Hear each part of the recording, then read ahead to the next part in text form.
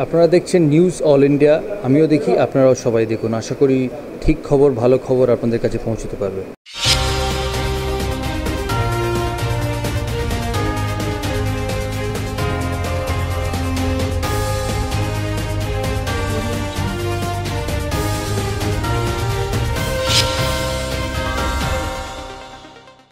নমস্কার, news all ইন্ডিয়ার পর্দায় আপনাদের স্বাগত। আপনাদের সঙ্গে আমি অর্পিতা। শুরু করছি আজকের বিস্তারিত খবর।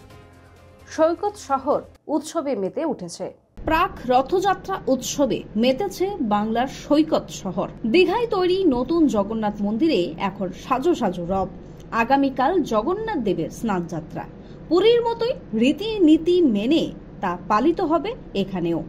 আগামী 27শে জুন রথযাত্রার আগে পর্যন্ত রয়েছে একগুচ্ছ আচার অনুষ্ঠান। আজ তারই সময়সূচি প্রকাশ করল দীঘার জগন্নাথ মন্দির কর্তৃপক্ষ। নবান্নে করোনা নিয়ে বৈঠক করলেন মুখ্যমন্ত্রী মমতা বন্দ্যোপাধ্যায়। প্যান্ডামিক তো এন্ডামিক হয়ে গেছে, সেটা নয়। আমরা কোভিড শুনলে ভয় পাই, কিন্তু যাই হোক, কোভিড এখনো বাংলায় প্রাইভেটে কে কি করছে আমরা জানি না, তার দায়িত্ব তো আমাদের নয়, তাদের পেশেন্ট দিতে হয়। আমাদের সরকারিভাবে যে রিপোর্ট আমাদের কাছে আছে, তথ্য আছে,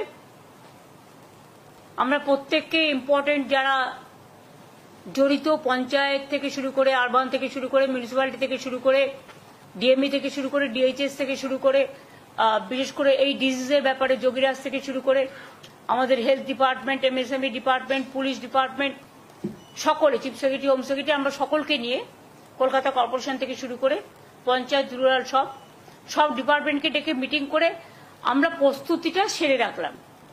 ফার্দার যদি হয়, আমরা আশা করছি ওই প্যান্ডামিক আর হবে না,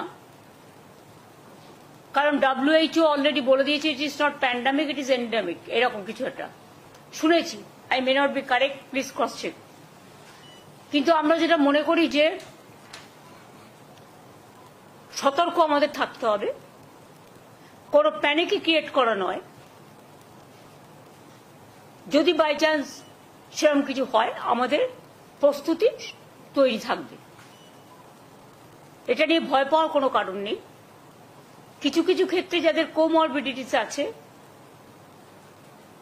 যাদের লাংসের প্রবলেম আছে, চেস্টের প্রবলেম আছে, হার্টের প্রবলেম আছে, বা অন্যান্য নানা রকম প্রবলেম থাকতে পারে,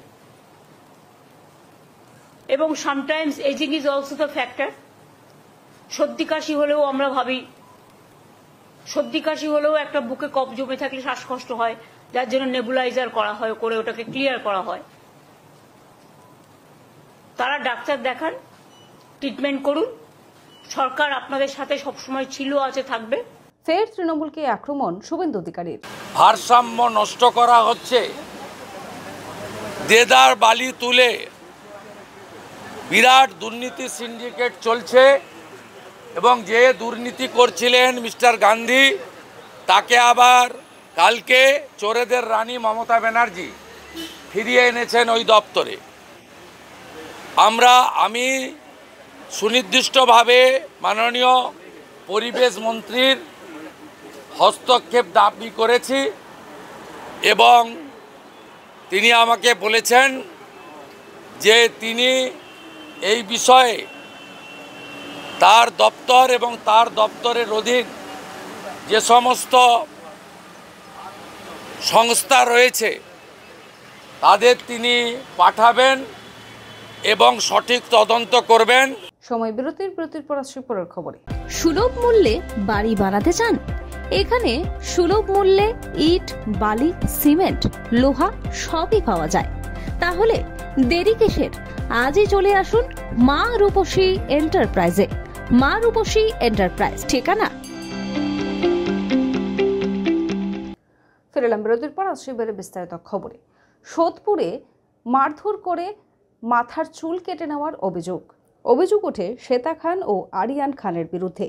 বাগড়া ফকিরপাড়ার শ্বেতার ফ্ল্যাটের পেছন দিক থেকে মাথার চুল সংগ্রহ করল পুলিশ। এই চুল নির্যাতিতার বলে মনে করা হচ্ছে। সেগুলো পরীক্ষার জন্য পাঠিয়েছে পুলিশ। তৃণমূলের সাধারণ সম্পাদককে নিয়ে কি বললেন সাংবাদিকদের মুখোমুখি হয়ে নৌশাদ সিদ্দিকী, শুনব। ডেমোক্রেসিতে অংশগ্রহণ করা, ভোটিং সিস্টেমে অংশগ্রহণ করা, ইলেকট্রাল পলিটিক্সে অবশ্যই দরকার বলে আমরা অনেক আগে থেকেই রাজনীতির ময়দানে এসেছি। আস্তে আস্তে আমার পরিবারে অন্যান্য আরও যারা পিছিয়ে যারা আছেন তারা আসছেন, এটা আমি স্বাগত জানাচ্ছি। তবে ব্যাপারটা হচ্ছে দল চয়নের ক্ষেত্রে একটা দুর্নীতিগ্রস্ত দলকে চয়ন করে ফেলেন, ফলে এটা নিয়ে অনেক সমালোচনা হচ্ছে, আলোচনা হচ্ছে, এটা নিয়ে অনেক চর্চাও। এতটুকু বলবো যে যে দলটাতে উনি নাম লিখালেন সেটা একটা দুর্নীতিগ্রস্ত দল, যেই দলের অপদার্থতার জন্য, যেই দলের ব্যর্থতার জন্য, নোংরামির জন্য, চুরির জন্য যে 26,000 চাকরি বাতিল হয়েছে, তার মধ্যে অনেক যোগ্য আছে, আজকে যোগ্যগুলো রাস্তায় বসে। যেই দলের জন্যই আনিসকে খুন হতে হলো, যেই দলের সর্বোচ্চ নেত্রী বলেন যে ওয়াকফ নিয়ে আন্দোলন করতে গেলে দিল্লিতে গিয়ে আন্দোলন করতে হবে, সেরকম একটি দলের নাম লিখানোর জন্য উনি একটু সমালোচিত হচ্ছে। 15 বছরের গাড়ি নিয়ে হাইকোর্টের রায়, এই নিয়ে কি বললেন পরিবহন মন্ত্রী স্নেহাশিস চক্রবর্তী, শুনবো। ফলে এখন সেটা অনেকটা স্বস্তি পাওয়া গেছে এই কারণে যে প্রচুর গাড়ি বসে যেত, সেগুলো থাকবে, মানুষ যাত্রী পরিবহনের সার্ভিসটা পাবে। সময় বিরতির পর আসছে পরের খবর।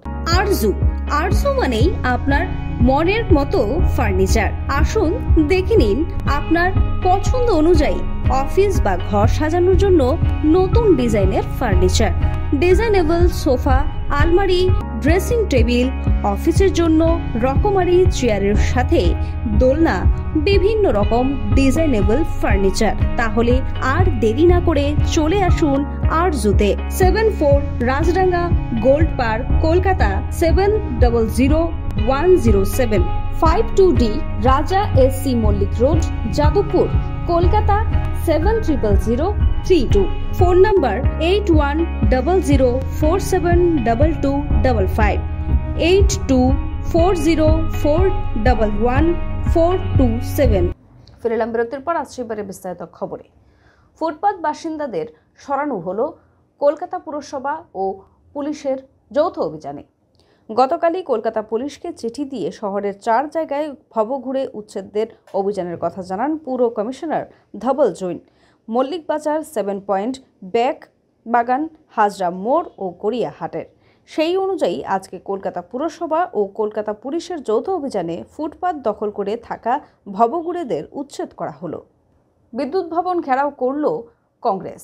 সারা রাজ্য জুড়ে অনৈতিকভাবে স্মার্ট মিটার বসানোর প্রতিবাদে আজ উত্তর 24 পরগনা জেলা কংগ্রেসের ডাকে বিদ্যুৎ দপ্তর ঘেরাও ও ডেপুটেশন কর্মসূচি।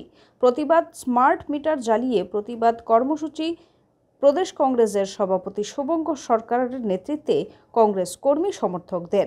খবর এখনকার মতো এই পর্যন্তই। দেখতে থাকুন নিউজ অল ইন্ডিয়া খবর মানি আমরা। শুভরাত্রি। প্রাকৃতিক সৌন্দর্যের মাঝে পরিবার নিয়ে পিকনিক করতে চান? তাহলে চলে আসুন আজই রূপসী গার্ডেনে।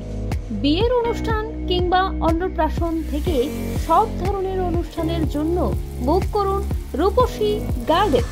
রূপসী গার্ডেন ঠিকানা